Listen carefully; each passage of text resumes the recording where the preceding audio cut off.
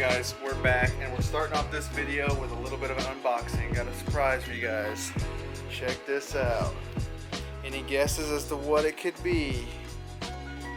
This isn't the only thing I got. There is another box that's identical to this, and this is actually two boxes taped together. But let me show you what we got here. Check this out, guys. That's right. A brand new set of wheels, buddy. Oh, scratched them already. Dinked. Look at that. These look so nice. I got a staggered set. I got 17 by 8 and 17 by 9. So I'm looking for the stamp. But this does not say. This is the 17 by 8. So yeah, these are for the fronts. I'm going to mock them up and see if they fit. And hopefully the ad was correct when it told me the bolt circle. Hopefully these fit. Whew. Man, that is close. Maybe not. Yeah, that's pretty good clearance. Let me see. I may have to get a wheel spacer for the back. I'm really afraid that I might.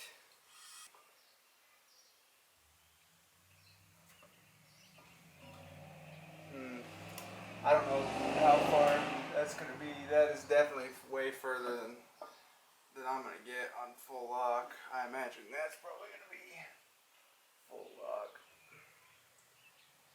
which is not very much, but stock angle, what can you do? Yeah, okay, so those seem to fit. Now let's switch over to the rears.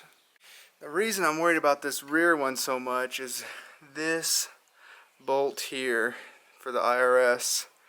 There's not a whole lot of room here. So I think I really may have to run a spacer on this, but let's hope not.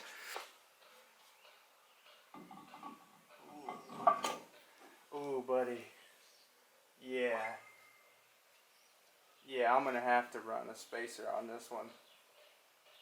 Because by the time the tire gets on that, the lip of the wheel, it's right here, just level with that bolt. So I'm gonna have to run a 1/4 inch spacer or so. And of course, with wheels, you have to have rubber to put on them. So let me show you what we got here for wheels. Now, if you're a big fan of Mighty Car Mods, like I am, and you see them tires they use all the time, the Bridgestone Potenza RE-003s, well, you can't get them here in America, really. It's not an American market tire. But what you can get, however, is these Firestones. They are Firehawk Indy 500s, which Bridgestone owns Firestone. And these are just the rebranded Potenza RE-003s for the American market. It's the same tire, same compound, same tread. It's just rebranded. Instead of saying Bridgestone Potenza, it says Firestone Firehawk, and it says Indy 500 right there. But yeah, I mean, it's the same tread and everything. I got a set of 245 45s for the rear, and then a set of 235 45s for the front. So yeah, I'm gonna load these up and I'm gonna go have them mounted on the wheels. I'm gonna stop by O'Reilly's and pick me up a wheel spacer, and yeah, we'll get them bolted onto the car. So alright guys, through the power of editing, we are now in the future. That last clip you saw, I recorded quite a ways back. As you can see, my beard has been shaved, grown back a few times since then. You can see trees are dead, and got the Subaru there. When I actually recorded that clip, I didn't even own that thing. It has been a minute. There's dust all over everything. The last thing I said in that I was gonna go have the tires mounted and all that. We did that. We fitted them and everything, and I'll give you a little update on the Mustang on what's going on. See what we can't get done today. See, we got the tires mounted on the wheels, and we got the wheels on the car. No, that is not raised up.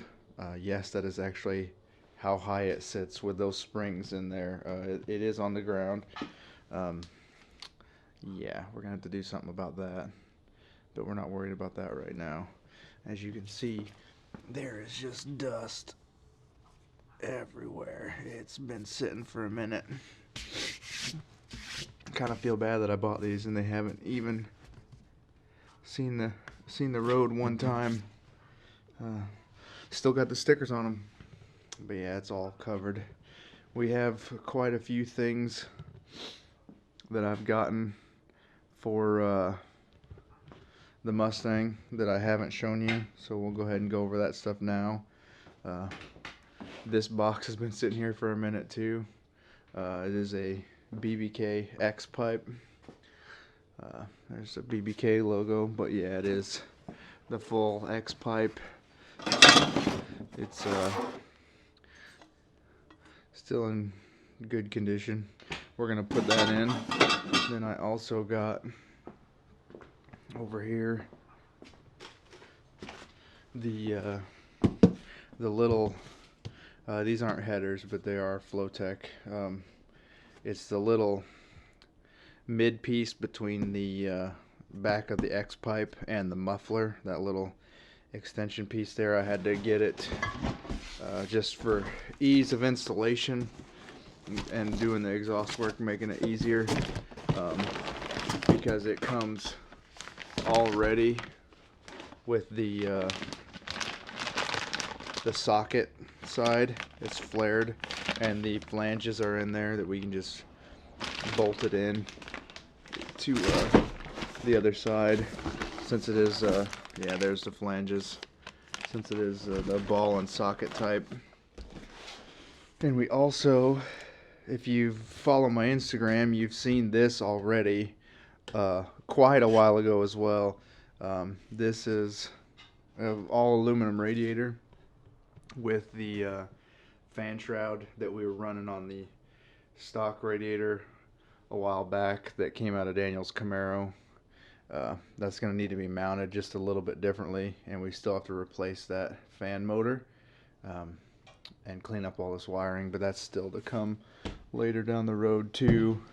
Inside needs vacuum, but other than that, it's fairly clean. Got the rear plastics in. That's probably as far as I'm going to go with the interior. Door panels maybe. I'm not going to put anything back here. I do want to get door panels, but the dash is in. The blower motor and everything is hooked up. It does work, so we will have defrost. Steering wheel looks like it's upside down. Didn't really notice that until just now. That's all good to go. I don't have any seats yet. That's gonna come later as well. I'm just gonna get one seat at first, just because I don't have the budget to get both seats right now, but I am gonna get a racing seat, and then I'm gonna get a harness bar, just like a half bar, just for the harnesses to mount, and I'm gonna get a 5-point harness for the driver's seat. And up front, yeah, we got all this stuff piled around because we've been working on other stuff aside from doing this Mustang. This Mustang has been neglected. I don't think I've worked on it in probably 6 months or more, sad to say. Today what we're going to try and do is get the transmission put back under the car. Right now I'll be doing that by myself, so we're going to see how that goes. Got to move this stuff out from the side here, all this compressor and welder and stuff, so I can slide under there, because I think, if I remember correctly, the transmission, we left it sitting under there, and it is dry. There's no fluid in it. I mean, that's not really going to make it that much lighter, but a little bit. And I got to put the bell housing back on, and then yeah, that ought to be a lot of fun. So we will get to doing that. I have the bell housing back on. I think I'm gonna try and put it on a jack and try and do it that way, because there's no room under here for me to. We're right up against the tunnel right here. There's no room under here for me to put it on my chest and lift it up.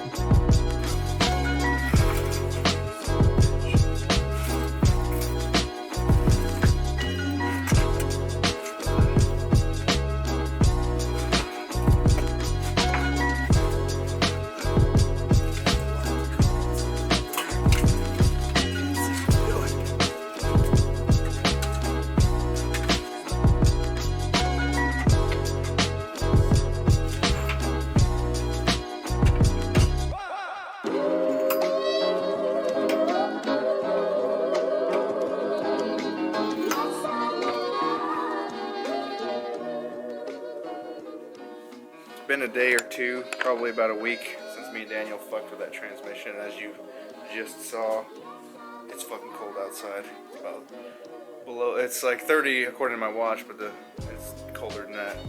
But we're gonna try and get that transmission in. Got the secret weapon. There he is. Yeah, secret weapons, Jeremiah and the Bud Light. We're gonna slap that bitch in. Update, guys, we have got the transmission in about as far as me and Daniel got it last time, just barely away from sliding in. Just got to get the nib of the little nose of the input shaft to go in the pilot bushing, and we're good. We finally got somewhere. Let me illuminate the situation here. It's completely mounted. It's mounted up. I got the starter back in. We got the cross member bolts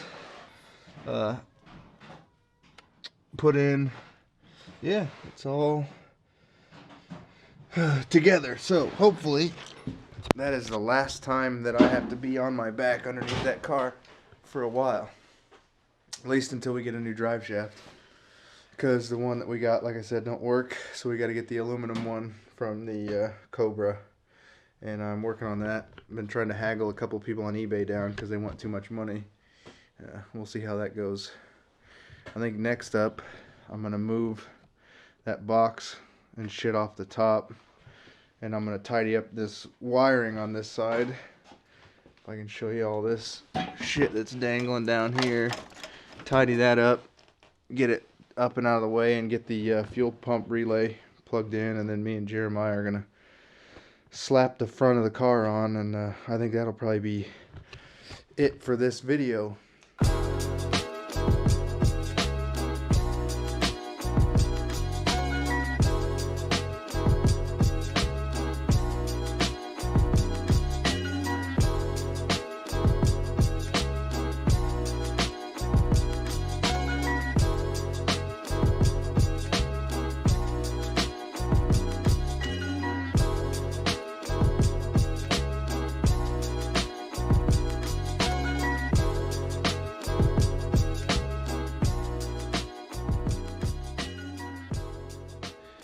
As you can see, this thing is actually starting to look like a car again, at least from this side. We got the front on. I put that tire on just so it's up and out of the way. Yeah, we got the front clip on, still covered in snow. Then we got the intake in. Yeah, and I think that's gonna be it for this video, guys. Thanks for sticking around if you made it to the end. Hopefully in the next video we will have a drive shaft to put in, and maybe we'll actually try and start it up, throw a little gas in the tank and see what happens, because at that point we'll be pretty close. Once we have the drive shaft, all we gotta do is put the exhaust on, and if it runs, there's not too much more we have to do other than put the other door on the driver's side because that one's wrecked, but we do have other ones, and then put a fender on the other side. But yeah, thanks for sticking around. We'll catch you in the next one, guys. See ya.